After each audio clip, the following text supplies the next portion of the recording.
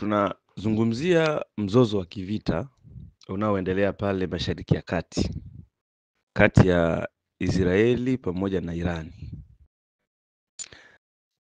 Ukitazama kwa sura ya nje, unaweza ukaona ni vita ya Israeli pamoja na Irani, lakini kwa sura ya ndani, hiyo ni vita ambayo inahusisha magharibi yote pamoja na Marekani.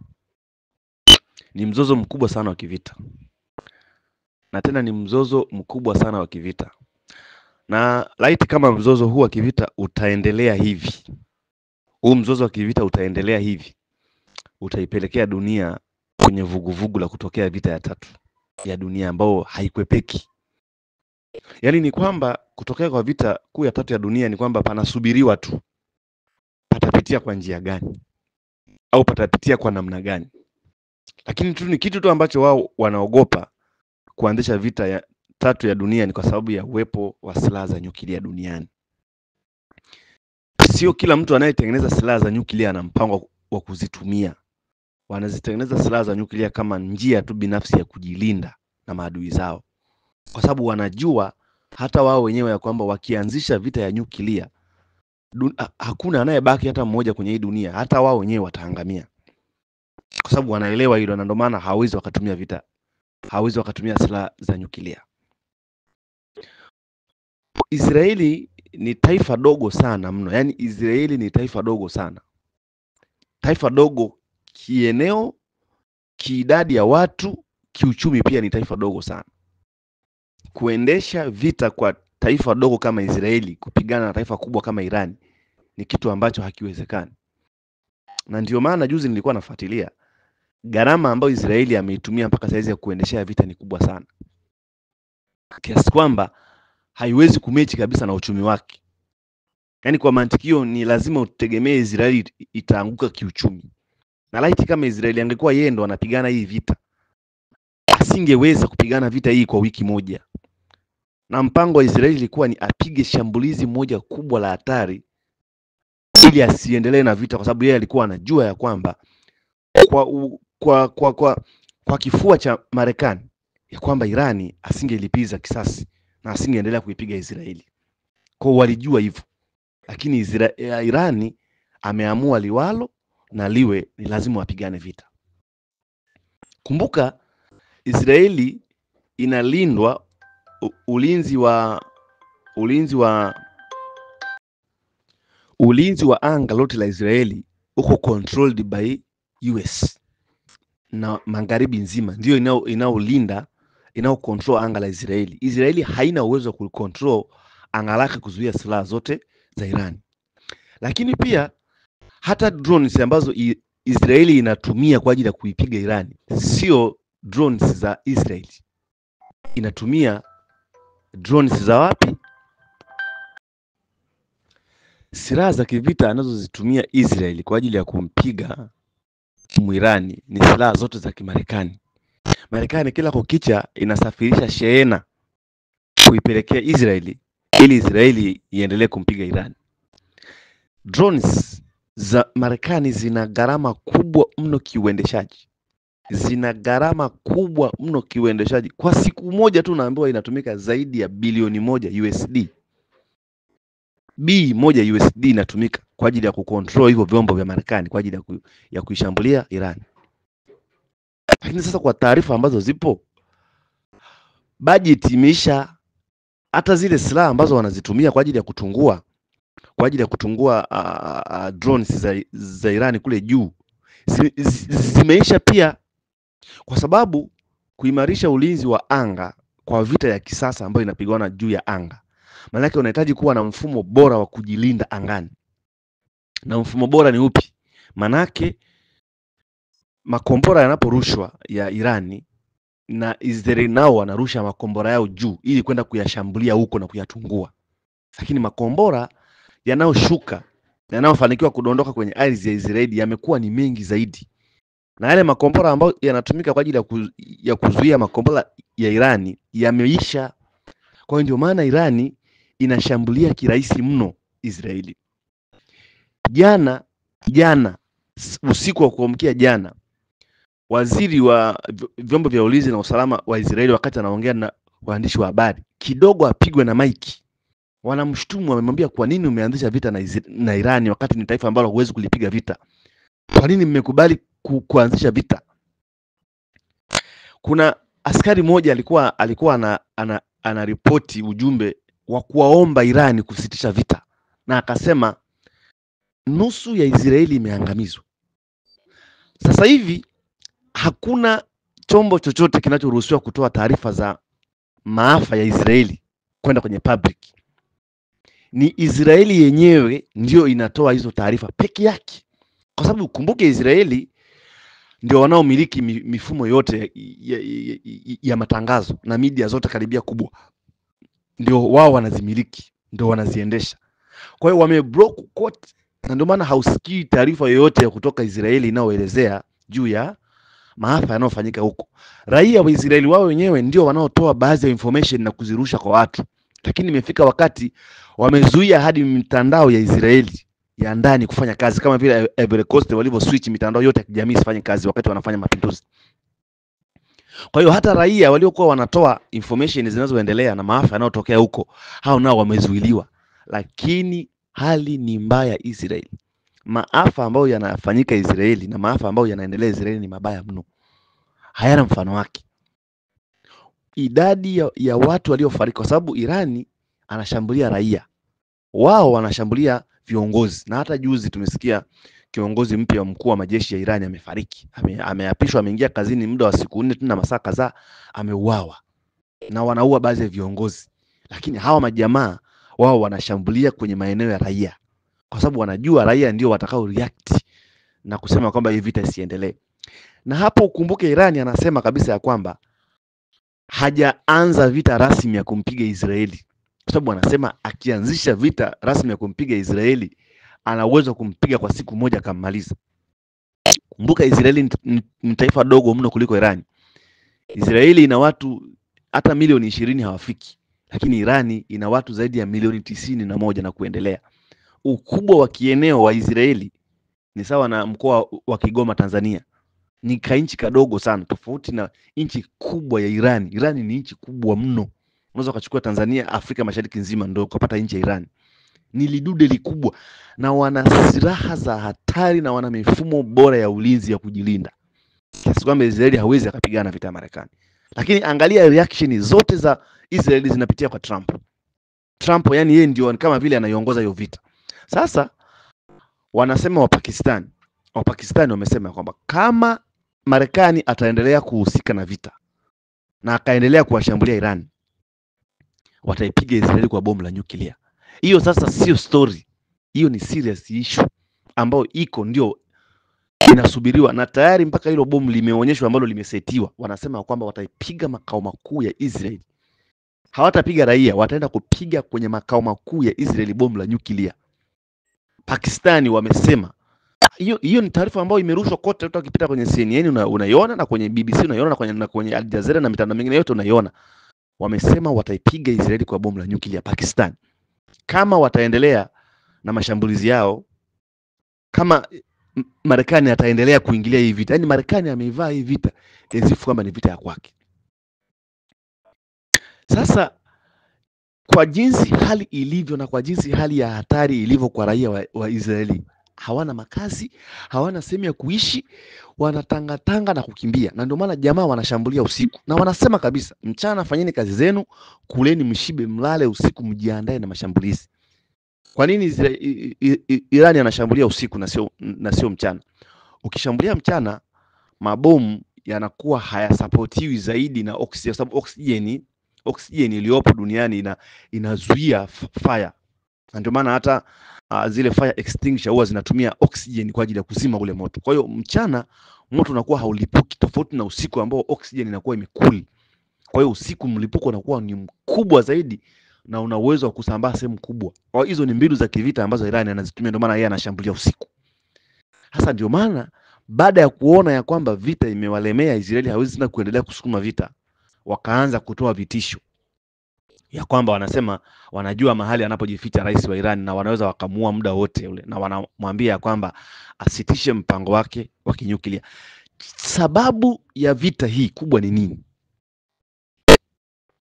Sababu ya vita hii kubwa ni nini? Yaani nini ambacho kinasababisha mpaka Marekani anawekeza nguvu kiasi kubwa hichi cha kuendelea kuishambulia Iran? Ni kwa sababu watu wa magharibi wanadhibiti mpango wa kinyuklia kwenye nchi za Iran. Na ukumbuke hii ilikuwa ni vita ya Arabic State. Tangu nchi zote za Lebanoni, nchi za Syria, nchi za Kuwait, nchi za Afghanistan, nchi za Iraki, hao wote wanashambuliwa na watu wa magharibi, ambao watu wa magharibi hawataki kuona haya mataifa yanakuwa yanamiliki nyuklia. Sasa ukumbuke Irani ndio moja kati ya mataifa makubwa ambayo yanamiliki karakana ya kutengenezea silaha za nyuklia za hatari katika ulimwengu huu, ni pamoja na Iran. Kwa hiyo mpango wao ni kudhibiti silaha za nyuklia zisiendelee kutengenezwa Iran. Kwa sababu kama Iran itaendelea kutengeneza silaha za nyuklia, manake watu wa magharibi hawatakuwa na usalama na wala hawataishi kwa amani. Kwa sababu watu wa magharibi lengo lao tu ni kwamba kuhakikisha wanadhibiti Iran asiendelee kutengeneza silaha za nyuklia. Asizitengeneze kabisa silaha za nyuklia. Kwa hiyo vita kubwa hii yote, na wao walikuwa wanajua ya kwamba wakishambulia, na ndio maana wanalenga kile kituo cha kutengenezea nyuklia na kuwapiga wale viongozi wakubwa wa Iran. Unaelewa lengo lao? Lengo tu ni kuangamiza kabisa, sababu na ndio maana kamanda wa majeshi ya Iran alikuwa anasema hii ni vita yetu ya kuishi. Sababu wanajua Iraki alivyoangamizwa, wanajua Afghanistan alivyoangamizwa, wanajua akina Kuwait walivyoangamizwa, akina Lebanoni walivyoangamizwa, akina Syria walivyoangamizwa. Wanajua Syria ilikuwa ni taifa kubwa la kivita, taifa kubwa ambalo lilikuwa lina uwezo wa kiuchumi na kisilaha, lakini leo Syria yamebaki magofu. Afghanistan, taifa la Osama bin Laden, lilikuwa ni taifa kubwa la kijeshi na la kivita, leo hii imebaki historia. Iraki ilikuwa ni taifa kubwa la kivita linaloongozwa na Saddam Hussein, lakini sasa hizi imebaki historia. Kwa mataifa haya yote yaliangamizwa na watu wa magharibi. Kwa Iran na wenyewe wanajua. Na ni kwa nini Iran amesurvive kwa miaka hiyo yote? Ni kwa sababu ya nguvu yake kubwa aliyoiwekeza ya kijeshi na ya kiuchumi. Na ndio maana Iran mpaka leo ana survive katika wale Arabic State. Na ndio maana Iran ilibidi akajiunga na Umoja wa Kisoviet ili kuweza kuhakikisha anapambana vita na Marekani. Na siku zote Iran amesimama kuwa na nguvu kwa sababu ya support yake ambayo anaipata kwenye Umoja wa Kisoviet. Lakini sasa watu wanajiuliza, why Putin kimya? Kim Jong-un China kimya, Kim Jong-un wa Korea kimya, Xi Jinping wa China kimya. Ni kwa nini wamenyamaza? Kwa nini hawataki hawamsupport Iran wakati ni mwenzao katika vita? Kwa nini wamekaa kimya? Watu wanajiuliza maswali. Na ndio maana ninakwambia sasa, ili sakata la hii vita ya Iran kama lisipodhibitiwa ndani ya wiki moja inayoendelea mbele, I say kuna maafa mnaenda kuyashuhudia makubwa mno katika hii dunia. Tena ni maafa makubwa mno kuliko mnavyofikiria. Ogopa sana mtu aliyenyamaza. Ogopa sana hawa watu watatu hawa, China, Korea na Urusi. Ogopa sana. Tena ogopa mno hawa majamaa. Na hawa wote wanamsupport Iran. Hapa sasa hivi ametumwa tu Pakistani kwenda kuchokoza. Pakistani ametoa tamko, amesema kama Marekani utaendelea kusupport Israeli kwenye hii vita, tutaitandika Israeli kwa bomu la nyuklia. Na mimi nakwambia kama hii vita itaendelea, haitachukua wiki mbili msikie bomu la nyuklia kwa mara nyingine tena katika dunia. Sababu mara ya kwanza atomic bombs ilitumika Hiroshima and Nagasaki 1945. Awamu hii msishangae kusikia Israeli imepigwa na bomu la nyuklia. So kama Israeli ikipigwa na bomu la nyuklia, manake watakuwa wanasubiri reaction. Reaction gani itakayotokea? Bomu za nyuklia zilizopo sasa hivi ni za hatari vibaya mno. Bomu moja likipigwa la nyuklia makao makuu ya Israeli, manake Israeli nzima hiyo imeisha. Yaani hiyo taifa la Israeli litakuwa limeisha kabisa. Hawatakuwa na mahali pa kukimbilia. Sasa watasubiri Marekani atafanya nini? Na Marekani anajua ya kwamba hawezi kumgusa Mrusi wala hawezi kumgusa Mchina wala hawezi kumgusa Mkorea. Anajua hilo. Kwamba akithubutu kuanzisha vita na hao watu watatu ameisha. Mchana kweupe Marekani anaisha. Yani mchana kweupe Marekani anaisha. Marekani kwanza ilishaanguka hata kiuchumi. Ni kwa sababu tu wanaficha habari zao. Ndio maana angalia t-shirt anazovaa Trump zimeandikwaje, na kofia anazovaa Trump zimeandikwaje? Make America Great Again. Ifanye Marekani kuwa kubwa tena. Yaani ukisikia anasema Make America Great Again, manake Marekani ishaanguka. Ndio maana Trump anakuja kusema kwamba tuifanye Marekani iwe kubwa tena. Kwa nini? Manake ilishapoteza huo ukubwa. Fuatilia migogoro ya kisiasa iliyopo nchini Marekani kwa sasa hivi.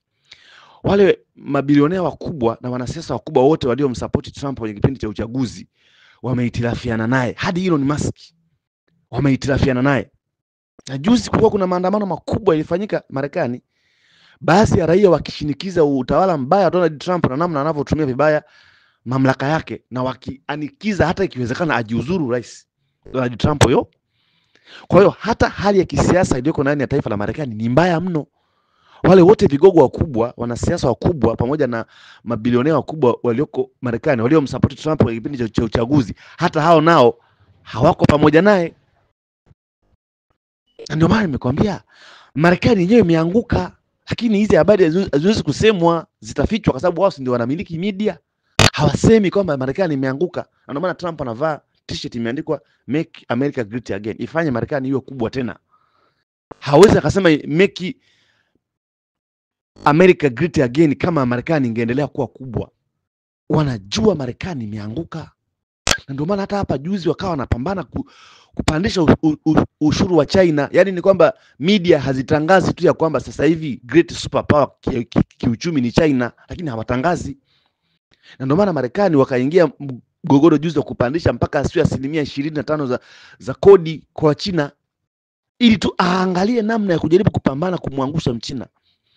Rafiki, kuna video hapa nilikuwa nayo, naweza nikitafuta nitakurushia uione, inayoonyesha the great submarines za China zilizoko chini ya bahari ambazo zina uwezo wa kubeba submarines zingine zaidi ya 800, zipo chini ya maji, zimechimbiwa, zimetengeneza silaha kiasi kwamba ikibonyezwa moja ikafungulia silaha. Submarines moja, manuari za kivita za China zilizoko chini ya bahari, ikafunguliwa moja tu ikaenda kuataki Marekani. Marekani inaisha. Pamoja na kutishia uwezo wao wa nguvu ya kijeshi uliopo kule Area 51, zile kambi zao za kijeshi ambao wanafanya kazi na aliens.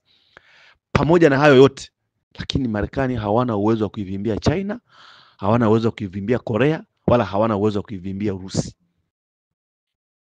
Ndio maana anapambana kwa ajili ya kumwangusha Iran. Anapambana kwa kila hali na mali kwa ajili ya kumwangusha Iran. Hofu ya Wamarekani ni kwamba Donald Trump anaendelea kuliangamiza taifa la Marekani. Waandishi wa habari na baadhi ya viongozi wakubwa wa Israeli wanaishutumu serikali yao. Kwa nini mmeamua kuanzisha vita na Iran? Ziko video nyingi ambazo zinasambaa. Wananchi wa Israeli wanawaomba Iran wasitishe vita. Can you imagine? Wananchi wa Israeli wanaomba, yani sio wananchi tu, wanajeshi wa Israeli wanapiga magoti chini, kashika maiki kapiga magoti chini, anaomba msamaha, Iran naombeni muache vita. Alafu leo huko kwenye propaganda za dunia kuna watu wanaaminisha eti Israeli ni taifa kubwa la kivita, hakuna nchi duniani inaweza kaigusa Israeli. Israeli ni taifa la Mungu, haliwezi kudhurika na vita. Wanaficha habari zinazoendelea kwenye nchi yao, hawataki zitoke. Laiti habari hizo zingetoka, ingekuwa ni negativity moja kubwa sana kupitiliza. Yaani ingekuwa ni negativity kubwa mno upande wao, na ndio maana wanapambana hizo habari zisitoke. Watu waendelee eti mpaka saizi wameripoti vifo vya watu 24. Eti makombora yote hayo ambayo yanatua Israeli, eti waliofariki ni watu 24 tu. Ndugu zanguni, mimi niliona video moja ya maafa yaliyotokea Israeli, Tehran, kwenye mji wao wa Tehran. Ndugu yangu, ni magofu zaidi ya ilivyokuwa Gaza. Yaani ni magofu zaidi ya ilivyokuwa Gaza. Tena ni magofu mabafu, na bado silaha za Iran zinazidi kumiminika. Na sasa hivi mfumo wao wa anga umekuwa very weak. Yaani umekuwa ukipitika kirahisi mno. Mfumo wao wa anga umekuwa very weak, umekuwa ukipitika kirahisi mno. Na ndio maana wameingia upepo wa kuanza kuwatishia, kuambia eti kwamba tunajua kiongozi wa Iran anapojificha tutakuja kukuua. Wanatumia namna ya kumtisha ili aache vita. Vita imewalemea, vita imewakalia vibaya vibaya. Maafa na hasara ambao wameipata Israeli ni kubwa mno. Kwa hiyo sio Marekani, sio Israeli, hakuna usalama. Huku Marekani raia wanazidi kuandamana, na hali ya kisiasa nchini Marekani inazidi kuwa mbaya, akishutumiwa Donald Trump na watu wake. Kule Israeli wananchi pamoja na watu wote wanawalaumu viongozi wao kwa nini wameamua kuingia kupigana vita na Iran. Kupigana vita na Gaza na Palestina ilikuwa ni rahisi kwao. Hata hivyo hiyo vita pia iliwaumiza sana, lakini walifanikiwa kuishinda. Lakini sio vita ya kupigana na Iran. Wanajua hawawezi kupigana na Iran. Yaani ni sawa na tuseme kabila moja hapa nchini Tanzania, mfano labda Wamasai waamue kuanzisha vita na jeshi la Tanzania zima. Afu wao wanatumia mikuki na wanatumia mishale. Hicho ndicho ambacho Israeli anakifanya. Israeli ni sawa na Wamasai wanaotumia mikuki kupigana vita ya makombora. Lakini jinsi ambavyo watu wameaminishwa huku duniani kwamba Israeli ina silaha za hatari, Israeli ni taifa la Mungu. Mungu aina gani? Mungu gani? Yaani Israeli ni taifa la Mungu yupi? Israeli yani hakuna nchi inaweza ikaigusa Israeli. Israeli ni mkono wa Marekani. Na ndio maana Israeli haipigani vita bila shauri la Marekani. Silaha zote ambazo wanazitumia zinatoka Marekani. Ulinzi wote wa anga wanasaidiwa na Marekani. Maana kama Marekani asingeingilia hii vita Iran, mpaka sasa tunapoongea Israeli ingekuwa hamna mtu. Wangekuwa wameshakimbia nchi wote. Kwa hiyo siwadanganye mtu kwamba Israeli ina nguvu ya kijeshi ya kupigana na Iran. Israeli inasaidiwa na Magharibi pamoja na Marekani. Sasa hali ya kisiasa iliyopo sasa hivi ulimwenguni. Ngoja nitaenda kupata update kwenye sehemu yangu ninapozipatiaga, nitajua Pakistan wamefikia wapi na mpango wao, sababu wamesema ndani ya hii wiki kama Marekani hata acha kusupport vita ya Israeli na Iran. Wanataka Israeli apigane vita peke yake. Si anajiweza? Si anajidai yeye ana nguvu za kupigana na Iran? Wamwache apigane vita na Iran. Marekani asiingilie. Kama Marekani ataendelea kuingia, wamesema wataitungua Israeli na bomu la nyuklia. Na wamesha reset liko standby. Ni kubonyeza tu mwi. Na bomu la nyuklia halizuiliwi. Hilo halizuiliwi. Anaenda kupigwa Israeli na bomu la nyuklia. Afisa ndio utaniambia ukubwa wa Israeli uko wapi? Hizo ni propaganda. Israeli haina ukubwa, haina uwezo wa kivita na wala haina uwezo wote wa kupigana vita. Na kwa watu ambao hawajui, sisi tumezungumza historia ya siku nyingi. Israeli ni kainchi kadogo. Wale ni vibaraka. Wale sio Wayahudi halisi wa kwenye Biblia. Wale wanaitwa Wazayuni. Kuwepo kwao pale ni kwa sababu ya kitu kilichokuwa kinaitwa Zionism movement, ambao hii ilianza tangu vuguvugu la Ottoman Empire, ambao hawa walitengenezwa na majasusi wakaitwa Wazayuni, kutaka na wao watafute namna ya kujipenyeza pale Middle East. Lengo lilikuwa ni kuharibu Ottoman Empire, Uturuki, Ugiriki. Lakini pia wakakae pale Mashariki ya Kati kucontrol Middle East, kushambulia Arabic State. Yaani Israeli iko pale kama kituo cha watu wa Magharibi kwa ajili ya kushambulia tawala za Kiarabu. Haikuwa nchi ile nchi ambayo ililazimishwa kwenye ardhi ya Palestina mwaka 1948. Ililazimishwa kinguvu kwa sababu ilikuwa inasapotiwa na watu wa Magharibi. Wale ni mavibaraka tu, yale ni machotara ya kuchukuliwa kutoka huko sehemu moja inaitwa Kazalia. Wanaitwa wa Ashkenazi, wakitokea Asia ndogo, Uturuki, sehemu fulani katikati, yani machotara wa Urusi na Uturuki. Hao wanaoitwa Wazayuni au Zionism movement ndio wakaja pale wakajivika kofia ya uteule kwenye ile ardhi iliyokuwa inaitwa Kanaani. Hiyo ndio ardhi ya Kanaani aliyekaa Ibrahim. Kanaani aliyekaa Ibrahim. Asili ya watu waliokaa hapo walikuwa ni watu wa Mesopotamia, kabila za kina Nimrod wa Kushi. Hao ndio walikuwa ni wenyeji wa mahali pale kabla wa Palestina wa Arabu hawajavamia pale Kanaani, na wakakaa na wao kinguvu. Wakaanza kujenga mahekalu, likiwepo lile hekalu la Suleiman aliyekuwa anaitwa Lamsedel wa pili. Hata sio Suleiman, hilo ni jina aliyobatizwa tu. Anaitwa Lamsedel wa pili, ambaye alioa malkia wa Kushi wa Ethiopia, kwa sababu hao wote wanatokea kwenye familia moja ya Nimrod Kushi. Palestina wakavamia, wakakaa pale Kanaani, promised land, nchi ambayo ilikuwa ina kila kitu. Na watu wajue ya kwamba hapakuwa na sehemu inaitwa Middle East. Ile Middle East yote ilikuwa ni sehemu ya Afrika. Na pale walipokaa pale walikuwa ni Waafrika walikaa pale. Watu weusi ndio walikaa ile sehemu yote ile pale.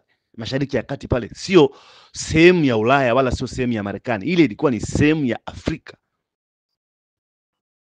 Kwa hiyo mwaka 1948 na wenyewe wanalazimisha kukaa pale kwa mpango wa kivita.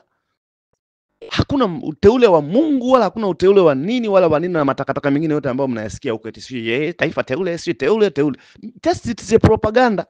Alafu unashangaa wako wasomi kabisa wakubwa ambao ni maskofu, wachungaji, wainjilisti ambao wamesoma historia na wamefuatilia hizo habari zote na wanajua, lakini bado wanaendelea kupotosha kuhubiri kwamba Israeli ni taifa teule la Mungu. Sijui ni Mungu gani.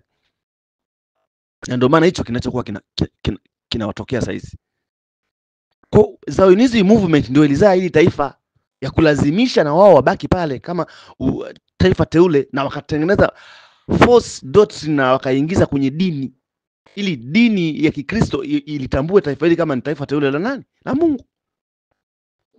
Na ndio maana watu wote wanadanganywa pray for Israel. Mimi juzi akaja mtu hapa, tena alikuja ofisini kwangu, akawa nampa huduma ya dawa, akaanza kuniuliza nini kinachoendelea pale Mashariki ya Kati, inakuaje hili taifa ambalo sisi na ajabu ni mtu mzima na ni mkubwa kabisa, tena amekuja na gari. Yaani na gari na hisi ana mamlaka huko ya kiserikali, lakini ni mtu wa imani ya Kikristo. Anasema inakuaje taifa la Mungu linashambuliwa kiasi hicho? Kwa nini Mungu asiingilie kati? Nikamwambia taifa la Mungu taifa gani? Akasema Israeli.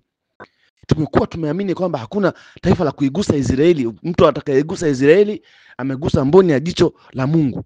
Sasa inakuaje Israeli inashambuliwa kirahisi hivi? Kwa nini mara inaguswa tu kirahisi? Huyo ni mtu mkubwa, amekuwa anaelewa hivyo kwamba Israeli ni taifa la nani, na mtu akigusa Israeli amegusa mboni za nani. Lakini what is happening now? What is going on now? Sasa mbona linaguswa na linapigwa na unaambia limeangamizwa vibaya mpaka kutangaza hadharani ni aibu. Na yote hiyo wanaficha hii aibu ili hizi propaganda za kwenye dini ziendelee kuwa na nguvu. Ndio maana wako wa Tanzania mpaka leo utasikia I stand with Israel, tunasimama na Israeli. Kwa nini? Propaganda za dini zimewaaminisha kwamba wale ni promise nation, promise land, kwamba ni nchi ya ahadi, taifa la Mungu. Na mpaka leo kuna baadhi ya madhehebu yako Tanzania mimi nayafahamu, kila Jumapili wanaiombea Israeli. Wameaminishwa hivyo, kwamba hii ni taifa la Mungu, tuliombee lishinde vita. Yaani wanaona hawa Irani ni maadui na wanastahili kuuawa kama vile walivyokuwa wakiuawa watu wanaoitwa Wafilisti. Kwa lazima Mungu asimame na Israeli. Lazima Mungu aitetee Israeli. Wakati Israeli wenyewe wanatumia mfumo wa anga wa kujilinda na makombora ya Irani. Nyinyi huku mnawaombea kama taifa la Mungu. Wao hata huyo Mungu hawamuombi. Wanategemea mfumo wa ulinzi wa anga ili waokoe na maadui zao. Alafu nyie huku Bongo mnasema Mungu anawalinda, wakati wao wanalindwa na mfumo wa anga waliojiwekea. Ujinga ni mzigo mzito, lakini huwa hauchoshi. Kwa hiyo bwana, ndugu zanguni, hicho ndicho kinachoendelea pale Mashariki ya Kati kwa hili taifa linaloitwa Israeli. Kitakachokuwa kinaendelea, tutakuwa tunahabarishana, tutawajuza kinachoendelea, what is going on, nini kinachoendelea, tutahabarishana. Lakini kwa leo tuishie hapa. Mungu abarikini sana. Otepo wa Kushi. Amani ya Mungu idumu kwetu, idumu na kwa wengine wote pia.